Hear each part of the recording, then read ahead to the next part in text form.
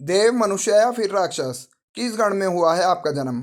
सनातन मान्यताओं के अनुसार यह माना गया है कि व्यक्ति का जन्म जिस गण के अंतर्गत हुआ है, उस गण की खूबी व्यक्ति के भीतर अवश्य आती है। देव, मनुष्य या राक्षस, आपका जन्म किस गण के तहत हुआ है?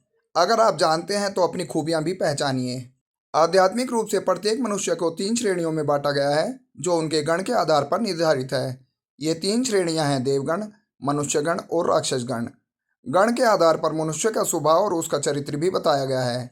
इसके अलावा ज्योतिष शास्त्र के अनुसार जन्म के समय मौजूद नक्षत्र के आधार पर व्यक्ति का गण निर्धारित होता है।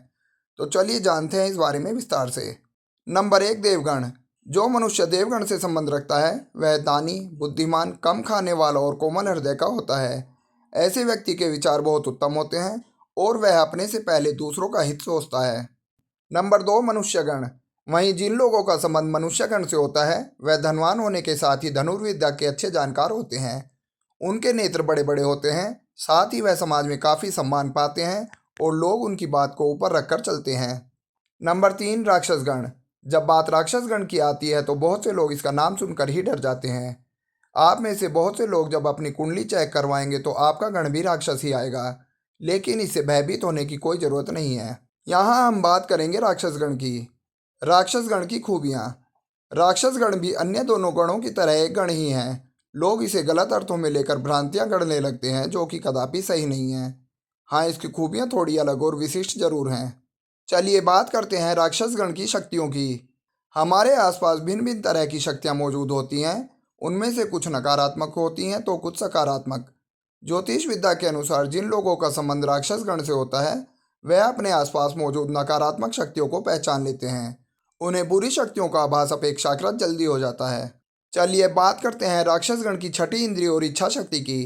राक्षसगण के जातकों की छठी इंद्रिय ज़्यादा बेहतर तरीके से कार्य करती है और वो इतनी क्षमता भी रखते हैं कि जब उनके सामने हालात नकारात्मक होते हैं तो भी वे भयभीत होने के बजाय उन हालातों का सामना करते हैं।